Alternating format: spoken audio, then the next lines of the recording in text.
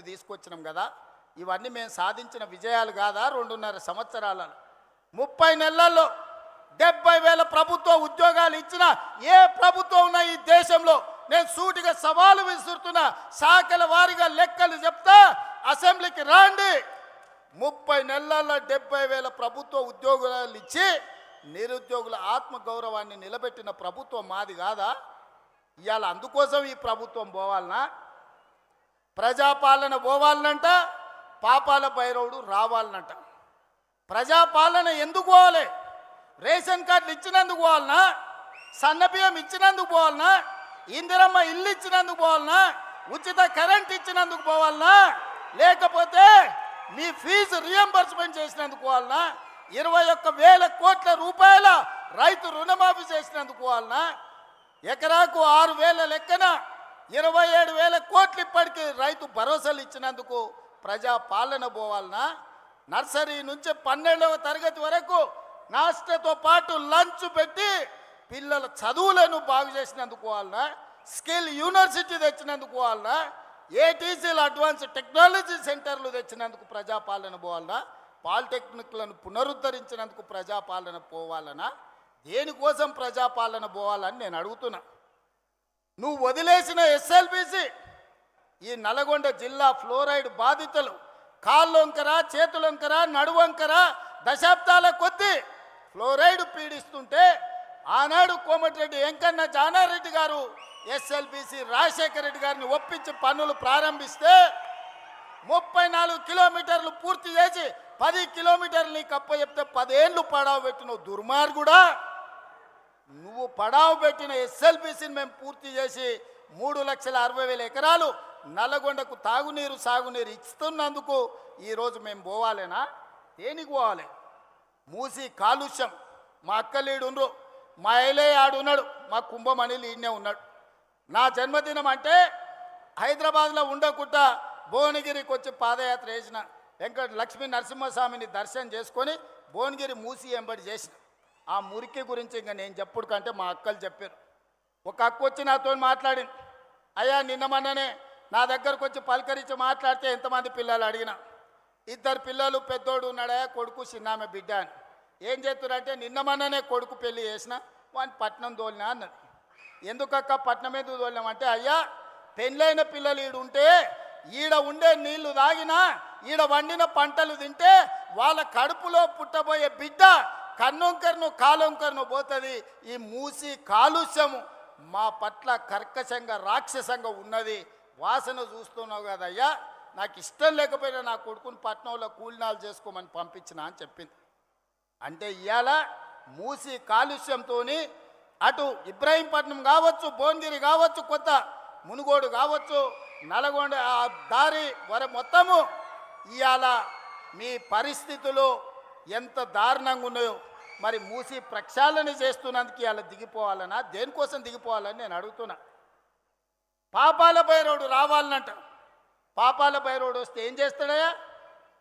మా రాజకీయ నాయకుల ఫోన్లు విన్నాడంటే సరే మా మీద ఏదో కోపం ఉంది అనుకోవచ్చు. అధికారుల ఫోన్లు విన్నాడంటే అధికారులు ఏం చేస్తున్నారో కనుక్కోనికి విన్నాడు అనుకోవచ్చు. రాజకీయ నాయకులు పోయిరి, అధికారులు పోయిరి, ప్రజలు పోయిరి, చివరికి భార్యాభర్తలు మాట్లాడుకుంటుంటే కూడా ఏం మాట్లాడుకుంటున్నారో ఫోన్లలో వినేటోని ఏమనాలయ్యా? చేత్తో కొట్టాలన్నా, రబ్బర్ చెప్పుతో కొట్టాలన్నా? మీరు ఒకసారి ఆలోచన చేయండి. ఆలు మొగుళ్ళు మాట్లాడుకునే మాటలు కూడా ఫోన్లలో ఫామ్ హౌస్లో పెట్టుకొని మిషన్లు పెట్టుకొని వాళ్ళ మాటలు వినేటోడు ఆ పాపాల భైరవుడు మళ్ళీ రావాలనా? పరీక్షలు పెట్టి క్వశ్చన్ పేపర్లు అమ్ముకొని 1,000 కోట్ల రూపాయలు సంపాదించుకున్నాడు మళ్ళీ రావాలనా? కాళేశ్వరం పేరు మీద 1,00,000 కోట్లు గోదావరిలో కలిపిన దుర్మార్గుడు ఆ పాపాల భైరవుడు మళ్ళీ తిరిగి రావాలనా? పేదోళ్లకు రేషన్ కార్డులు అడిగితే పోలీస్ స్టేషన్లో పెట్టించి కొట్టించినోడు మళ్ళీ రావాలనా? 10 ఏళ్ళు మా కాంగ్రెస్ పార్టీ కార్యకర్తలను రాసి రంపాన పెట్టి అక్రమ కేసులు పెట్టి ఆస్తులు కొల్లగొట్టి కొంతమంది ప్రాణాలను హరించినందుకు మళ్ళీ పాపాల భైరవుడు రావాలనా? దేనికోసం రావాలి? ఆలోచన చేయండి మిత్రులారా.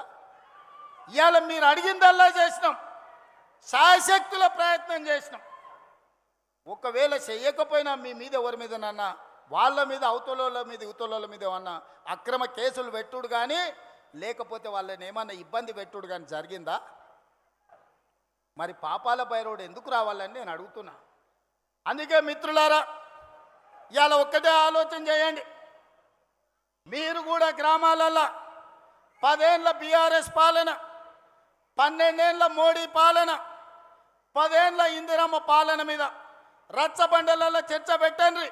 తాటి చెట్టు కాడ కళ్ళు తాగేటప్పుడు చర్చ పెట్టండి, బార్ షాప్ కాడ పెట్టండి, బీర్ షాప్ కాడ పెట్టండి, పెళ్లి కాడ పెట్టండి, సావు కాడ పెట్టండి, సర్పంచుల సంఘం కాడ పెట్టండి, లేకపోతే అసెంబ్లీలో పెట్టండి. చర్చ చేద్దాం. మనం చేసిన పనులు చెప్పుకోకపోవడం వల్ల ఈరోజు ఆ దుర్మార్గులు బామార్తులు బిల్లా రంగాలు ఊరూరు తిరిగి అబద్ధాలు చెప్తున్నారు. వాళ్ళకి దేవుడు శాపం పెట్టిండు, నిజం మాట్లాడితే మీ తల 1000 ముక్కలై సస్తరని. ఒక్క మాట కూడా నిజం మాట్లాడు. మొత్తం కుటుంబం అంటారా నాయన. ఫామ్ హౌస్లో వండుకున్న శుక్రాచార్యుడు కావచ్చు, ఊరి మీద తిరిగే మారీచుడు కావచ్చు, లేకపోతే సుబావుడు కావచ్చు, ఎవడన్నా నిజం మాట్లాడతారా? మా లక్ష్మణ్ 687 కోట్ల రూపాయలు టెండర్లు పిలిస్తే 3000 కోట్ల అవినీతి జరిగిందంట. మూతి మీద పెట్టి కొడతా రా సవాల్ చేస్తున్నాను మా లక్ష్మణ్ అన్నాడు. ఇక మళ్ళా రాలే. సింగరేణిలో టెండరే కాలేదు, తారీఖే రాలేదు, మొత్తం సింగరేణి కొల్లగొట్టిరని నోరు తెరిచిన అబద్ధం. నోరు తెరిస్తే అబద్ధాలు చెప్పి 100 అబద్ధాలు, ఒకటే అబద్ధాన్ని 100 సార్లు చెప్తే నమ్మకపోతారా అని అనుకుంటారు. కానీ మీ జాతకం మీ మొత్తం నరాన తెలంగాణ ప్రజలకు తెలుసు. ఉద్యమం సమయంలో పిల్లల ప్రాణాలను ఎట్లా పొట్టన పెట్టుకున్నారో, అధికారంలోకి వచ్చిన తర్వాత ఎట్లా తెలంగాణ రాష్ట్రాన్ని కొల్లగొట్టినరో, ఎట్లా అక్రమ కేసులు పెట్టినరో తెలంగాణ సమాజానికి అంతా తెలుసు. మీరు ఎన్ని అబద్ధాలు చెప్పినా, మీరు ఎన్ని నాటకాలు వేసినా మిమ్మల్ని తెలంగాణ సమాజం నమ్మదు, క్షమించదు. అందుకే మిత్రులారా, ఇవాళ మా వెంకన్న చాలా విషయాలు ప్రస్తావించాం. నల్లగొండను ప్రత్యేకంగా చూడమన్నాడు. తప్పకుండా అదేవిధంగా మా పార్లమెంట్ సభ్యుడు నాకు అత్యంత సన్నిహితుడు రఘువీర్ గారు కూడా కొన్ని అంశాలను ప్రస్తావించడం జరిగింది. వాటన్నిటిని తప్పకుండా మా అధికారులకు ఆదేశాలు ఇచ్చి ఆ పనులను ఏ విధంగా ముందుకు తీసుకెళ్లాలనో 100% ప్రయత్నం చేస్తాం. కానీ చివరిగా మీకు ఒక్క మాట ఇవ్వదలుచుకున్నా. మళ్ళొచ్చే ఎన్నికల లోపల ఎస్ఎల్బిని పూర్తి చేసి కృష్ణానది జలాలను నల్లగొండ నేల మీద పారిస్తా, మీ పంటలు పండించే విధంగా 100% ఎస్ఎల్బిసిని పూర్తి చేయడమే కాదు, డిండి ప్రాజెక్టును పూర్తి చేయడానికి సంపూర్ణంగా నేను సహకారం అందిస్తా. నా జీవిత లక్ష్యం ఒక్కటే, మూసీ నది ప్రక్షాళన. మోడీ సబర్మతి కాదు, ఢిల్లీ యమునా కాదు, యోగి గంగా నది కాదు. ఈ దేశానికి ఎవడు వచ్చినా మూసీ నది ప్రక్షాళన చూడడానికి రావాలి. దేశానికి తలమానికంగా మూసీ నది ప్రక్షాళన చేస్తా. మా చామల కిరణ్ రెడ్డి ఏదైతే కోరుకుంటుండో ఆయన పార్లమెంట్లో, ఈ మూసీ కంపు నుంచి, కాలుష్యం నుంచి నల్లగొండ బిడ్డలకు విముక్తి కలిగించే బాధ్యత నాది. ఒట్టేసి చెప్తున్నా, మూసీ పూర్తి చేస్తా. ఎవడు వచ్చినా, ఎవడు అడ్డం పడ్డా, ఎవడు ఆత్మహత్య చేసుకున్నా మూసీలేసి తొక్కుతా, మూసీ నది ప్రక్షాళన చేస్తా. ఎవడెవడైతే మాట్లాడుతుండో రాసుకోండి. 94 నుంచి 2004 2 సార్లు టీడీపీ, 2004 నుంచి 2014 2 సార్లు కాంగ్రెస్, 2014 నుంచి 2024 వరకు 2 సార్లు బీఆర్ఎస్. ఇవాళ నేను చెప్తున్న ఈ వేదిక మీద నుంచి నల్లగొండ బిడ్డల ఆశీర్వాదంతో, మీ ఉత్సాహంతో 2024 నుంచి 2034 వరకు 3 రంగుల జెండా ఎగురుతుంది. తెలంగాణ ప్రజల ఆకాంక్షలు తీరుస్తుంది. ప్రజా పాలన ప్రజల ఉనికిని, మనుగడను కాపాడుతుంది. ఇదే నా మాట. మీరు అండగా నిలబడండి సోదరులారా. 10 ఏళ్ళు వెనక్కి తిరగకుండా తెలంగాణ రాష్ట్రాన్ని దేశంలోనే నంబర్ 1 గా తీర్చిదిద్దుతా. మీరందరూ అండగా ఉంటారా? మీరందరూ అండగా ఉంటారా? మీరందరూ అండగా ఉంటారా? మీరందరూ అండగా ఉంటారా? ఆ పక్క గ్రౌండ్లో ఉన్న మా అక్కల్ని కూడా అడుగుతున్నా, అండగా ఉంటామన్న వాళ్ళందరూ సై పాకెత్తి పిడికెళ్ళి బిగించండి.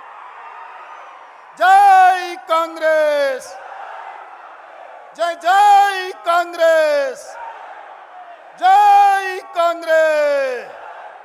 ఢిల్లీ వరకు వినిపించాలి. జై జై కాంగ్రెస్.